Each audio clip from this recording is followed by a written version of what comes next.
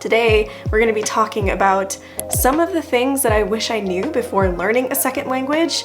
And I know a lot of you are learning multiple languages, Spanish, German, Japanese, all sorts of things. And I wanted to smooth over the things that I wish that I knew then, because there was a lot of learning that went into mental learning, that went into learning a second language. So we're going to get on with this video.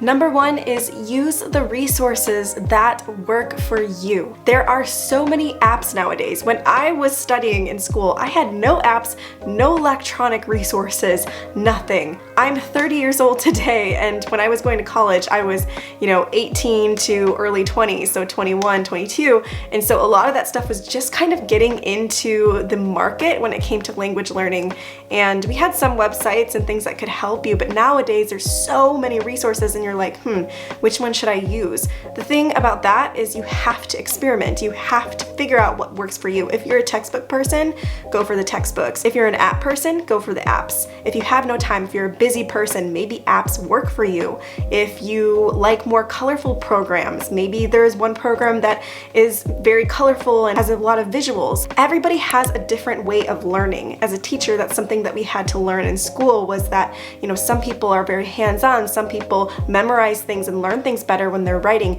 Some people learn things better when they see more pictures, and each app or program or whatever you use has some kind of tool that suits your learning needs. So if someone's telling you, no, this is the wrong way to learn a language, no, this is the right way to learn a language, don't listen to them, because it's all up to you. You have to follow your intuition, you have to follow your heart, you have to understand how you work and create a system for you. It's like that in life in general. If you're trying something new, or if you're trying to break a habit, if you're trying to be more productive, all of that stuff, you have to figure out what works for you, because what works for one person is not going to work for the other. So pick and choose, mix and match, figure out how long you have to study a language. It's all about systems. It's not about goals. It's all about energy. It's less about time. There's so many different ways of doing things. So that is number one.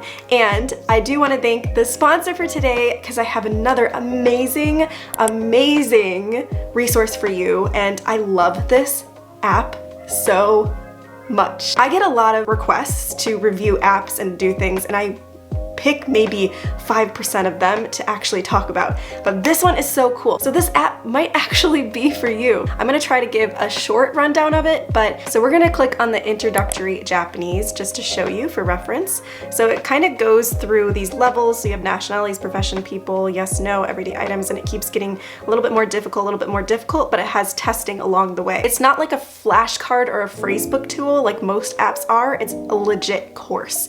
So you can do different levels. It's great for people that are N5 to N3 level. So if you're around that level, and that's the level of the Japanese language proficiency test. So if you're around those levels, it's great for that. And it also covers those essential grammar points. So if you're interested in doing that, it does grammar, vocab, reading, listening, speaking. You can actually have fake conversations with people in this. It's really, really cool. And the cool thing is you can change, if you go to settings, you can change to hiragana, Japanese, romaji. So if you can't read yet, you can change it to that level that you're at in reading. And then it's gonna check, and it says, Sugoi, I love the deer, he's so cute. Then this part, you're gonna practice the language, and you can hear yourself back, which is super cool.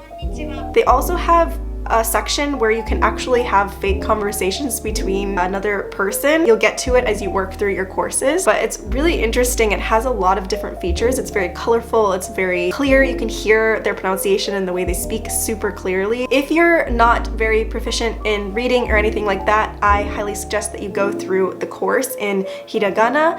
It's just basic Japanese, and you can hear the words, so you can recognize the characters, because even if you don't know the characters, you can learn it just by listening and seeing the symbols. If you're a little bit more advanced, it's still good for you. It's great review, but it also has some newer stuff that I don't even know. So that's pretty cool. It also does like characters and writing and all sorts of things. Super excited about this app, so you guys are gonna love it. So the other feature this app has is you can learn in a male or female voice, which is awesome. And then when you record, it records your voice very, very clearly. Shadowing is super useful. I feel like shadowing and learning phrases has helped me so much in learning Japanese in my journey.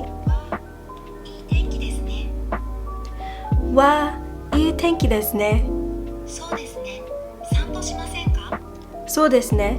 散歩しませんか? So when you shadow, just to be clear, you can say it together with her, and you can also record. So, いいですよ。散歩しましょう. And then you can hear yourself. So you can do it multiple ways. There's different steps to doing it, but you can say it with them.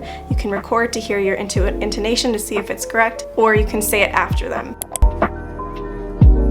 Number 2, again, setting goals is not the main thing when it comes to learning a language. You have to create a system for yourself. You have to create a way in which you know that you can work. If textbooks don't work for you, then don't use textbooks. If apps work for you because you're a busy person, go for it. If computer programs work for you, if studying Japanese in a more natural way by playing video games or buying Japanese video games, reading Japanese manga, watching Japanese dramas, all sorts of things, if that's better for you and you're not like super serious about taking any tests, then do that. If you want to combine them all, do that. You have to create systems and you have to be patient with yourself. It took me a really long time to get to the N3 level, which is about where I'm at now. The thing is, if you don't believe that you can achieve it, if you're not patient with yourself, if you feel like nothing's working for you or you're not improving, then that is going to be a reality. And that is something that I learned later in life. Now that I'm taking my time with Japanese, I study 30 minutes per day. I know that doesn't sound like a lot, but it adds up. It's all about system. It's all about what time you have, how much energy you put into it, how much focus you put into it. Obviously, if somebody's focusing on something else that they're in love with and wanting to do in their future, then that's a little bit different. But if somebody wants to become fluent in Japanese and they put the time and energy into it and they're patient with themselves, then that's when magic starts to happen.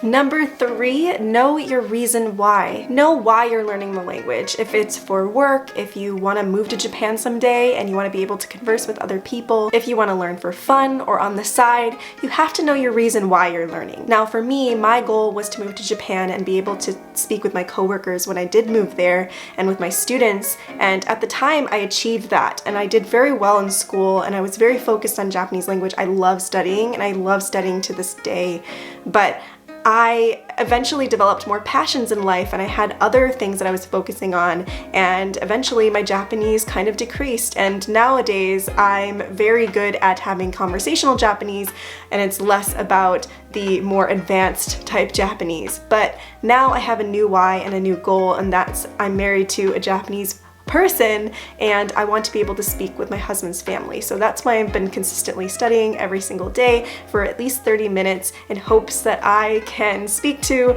his parents, and also when I have kids, which we're hoping to have kids in like the next year. So for my child, I want to be able to switch from Japanese to English. So that is my goal now, and when you have a why, then it's so much easier for you to accomplish pretty much anything in life.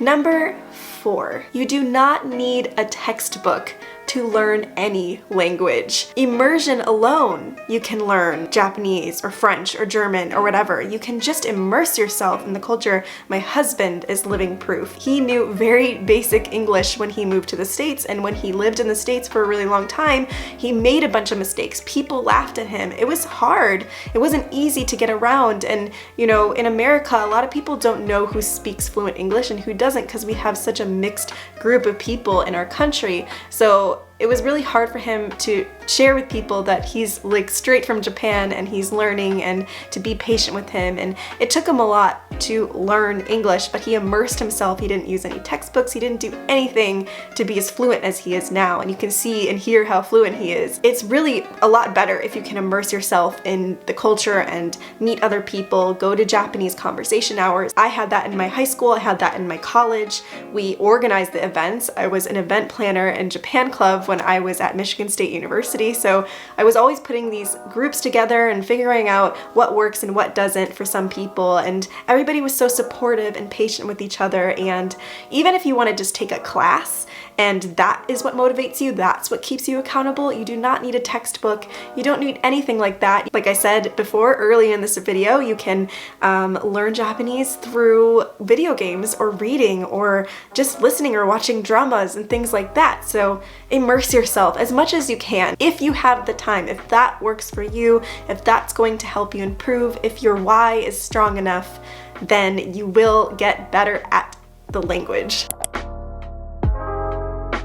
Number 5, a little bit goes a long way. Like I said, I study Japanese 30 minutes a day. Some days I skip. I don't always practice, but when I do, it's enough. It's enough to review. I pick one thing like grammar or vocabulary or kanji, and I actually just kind of implement that into my study session for about 30 minutes. So you don't need to do a lot. You can just do 10 minutes a day, and that's what these apps are really amazing for. Lingo Deer is really great for that because you can review, you can continue on with your lessons, and the best thing about this app is that Lingo Deer has a Lingo Deer Plus, and it's the best thing. So if you can get the Plus, it's super amazing. They have games. So you can pick any of these things: vocabulary, grammar, phrases, integrated, all sorts of stuff, and then through this you can pick a game. So for example, I'm gonna pick Memory Castle. So it goes through all these freaking crazy levels, and it's so fun. So basically you have to help this deer get from point A to point B